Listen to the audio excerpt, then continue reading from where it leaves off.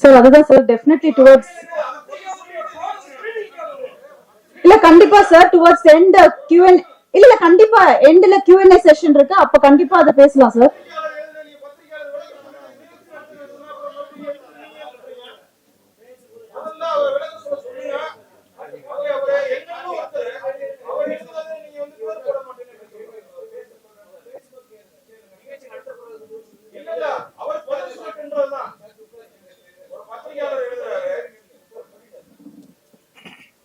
Thank you so much.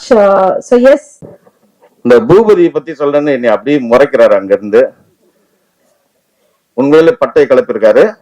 இந்த படத்துக்கு அப்புறம் அவர் வேற இடத்துக்கு போவாரு. சூப்பரா பண்ணிருக்காரு. அவருக்கு என்னுடைய வாழ்த்துக்கள். தேங்க்யூ.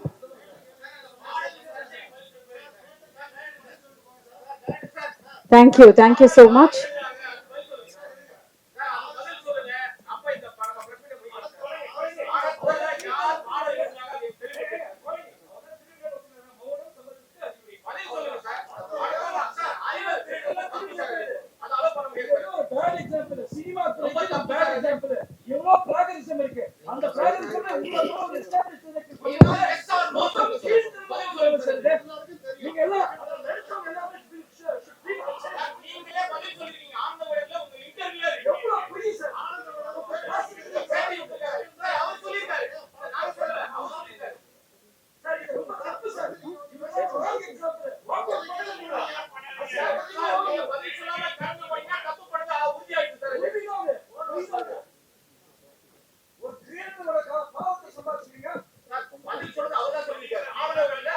So 1 minute. No.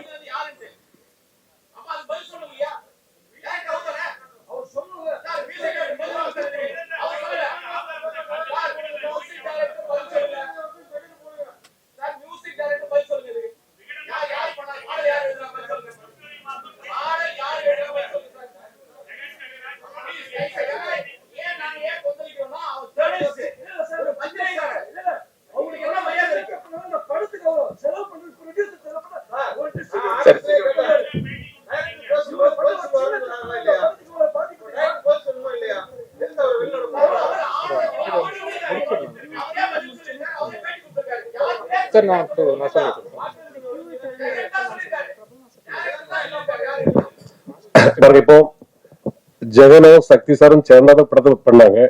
அது இல்ல இப்ப அதுக்கு பிறகு ஜெகன் வந்து பாரு ரெண்டும் பேசி முடிச்சப்போ சக்தி சார் தான் முடிச்சாச்சு. இப்ப ஜெகனை வரல. நீங்க அவரே பாருங்க.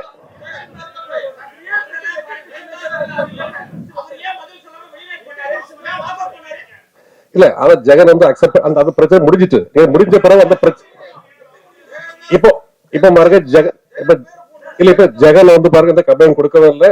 நீங்க அரையில பாருங்க. அதனால இந்த படத்துக்கு பிரச்சனை பண்ணாதீங்க.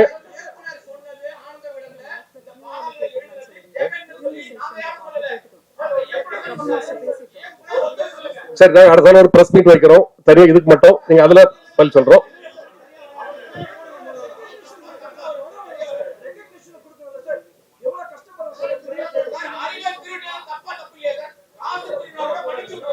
இப்ப பாருங்க இங்க ஜெகனும் இல்ல டைரக்டரும் இல்ல. நீங்க பாருங்க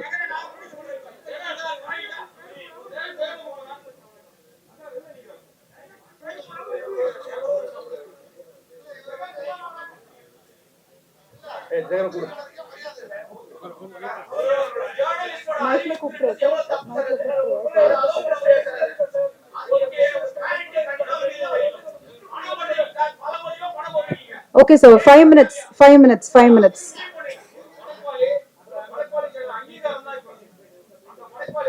இல்ல சார் we respect கண்டிப்பா உங்க எல்லாரும் நாங்க ரெஸ்பெக்ட் பண்றோம். ஒரு 5 minutes.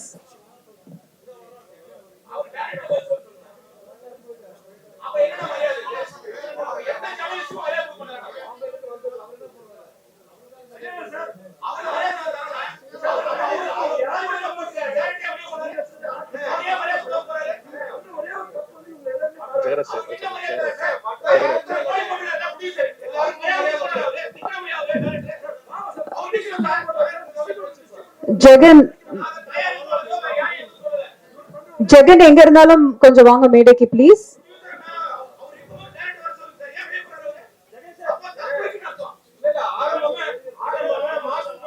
ஜெகன் ப்ளீஸ் எங்க இருந்தாலும் மேடைக்கு வரும்படி கேட்டுக்கொள்கிறேன். ஜெகன் ப்ளீஸ் ஸ்டேஜுக்கு வாங்க.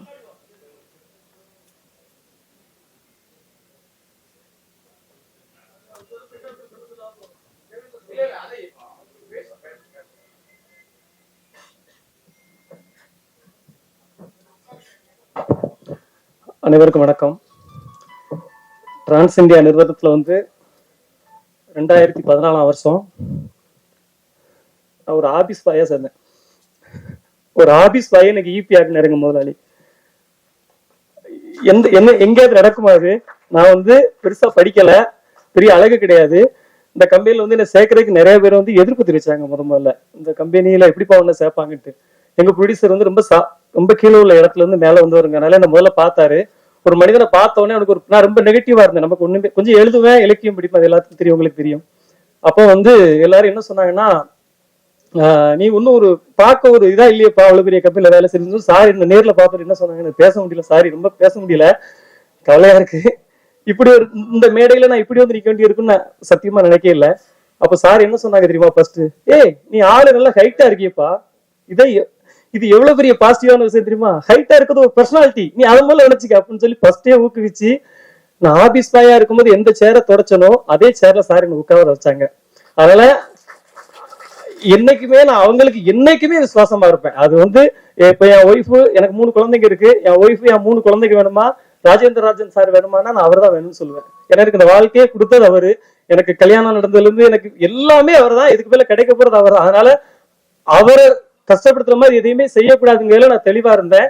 ஆனா அதே நேரத்துல ஒரு உண்மையை சொல்லணும். அது உண்மையை ரொம்ப நாள் மறைக்க முடியாது, மறைக்க முடியும், அழிக்க முடியாது இல்லையா?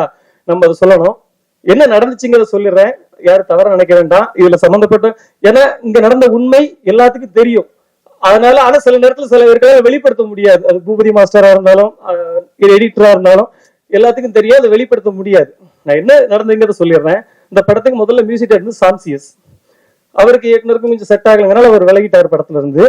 அப்புறம் பாட்டு போலீஸ்காரனை கட்டிக்கிட்டு அந்த பாட்டு எப்படி உருவாச்சுங்கிறதே நான் உண்மையை சொல்லிடுறேன்.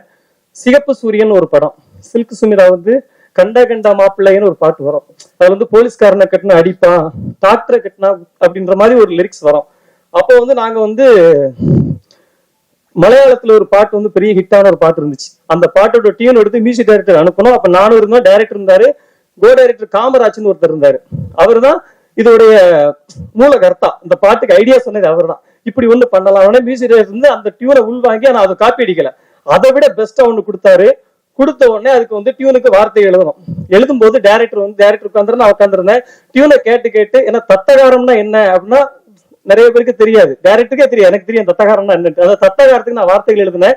சில இன்புட்ஸ் அவர் கொடுத்தாரு. பாட்டு எழுதி முடிச்சு நான் எப்போதுமே இது வரைக்கும் என்கிட்ட இருக்கு எல்லா பாட்டையும் நான் எழுதி இயக்குனருக்கு தான் அனுப்புவேன். மியூசிக் டைரக்டர் நேரடியாக அனுப்ப மாட்டேன், இயக்குனர் வழியா தான் போகும். அப்படி உருவாச்சு. அப்படி அந்த பாட்டு வந்துட்டு இருக்க நேரத்துல ஒரு இடையில இன்னொரு பிரச்சனை வந்துச்சுன்னா, டைரக்டருக்கு எனக்கு ப்ரொடக்ஷன்ல ஈபி இப்போ எங்க சார் ரொம்ப எல்லாத்துலயுமே கணக்கா இருக்கணுமாங்க. அதாவது படத்துக்குள்ள எவ்வளவு நாள் செலவு பண்ணி வேஸ்டா செலவு பண்ணக்கூடாது, கவனமா இருப்பாங்க. அப்ப சில விஷயங்கள் ப்ரொடக்ஷன்ல கொஞ்சம் எக்ஸஸ் ஆகுது. ஒரு 8 கோடி ரூபாயில துவங்கப்பட்ட படம் 15 கோடிக்கு மேல ஆகுது. இப்படி ஆகும்போது அங்க என்னென்ன பிரச்சனை இருக்குங்க நான் சாருக்கு கன்வே பண்ணேன்.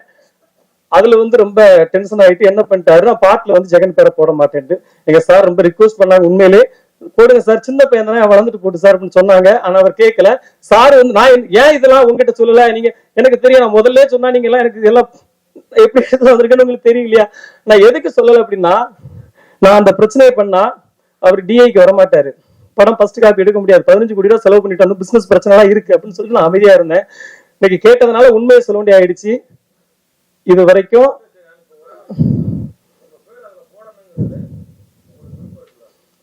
நான் கண்டிப்பா கண்டிப்பா கண்டிப்பா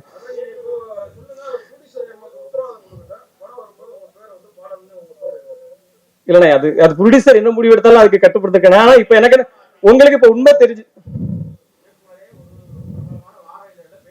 ஆமா ஆமா ஆமா நான் சொல்றேன் உங்ககிட்ட யார்கிட்டயாவது நான் சொன்னா இது வரைக்கும்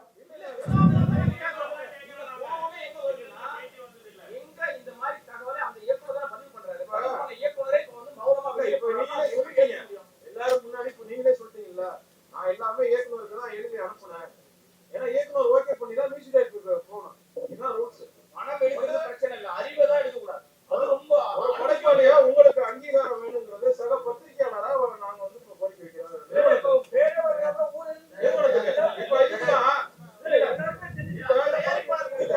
நீங்க எழுதின இப்ப பாருங்க இதுதான் ஃபர்ஸ்ட் டைம் நான் கவனத்துக்கு வந்திருக்குது. நீங்க இதை பேசிட்டு போயிட்டு இருக்கோம். இந்த ஃபங்க்ஷன் முடியாது. அதுல இதை நான் ரெண்டு விசாரிச்சு என்ன பண்ணணும் நாங்க டிசிஷன் எடுக்கிறோம்.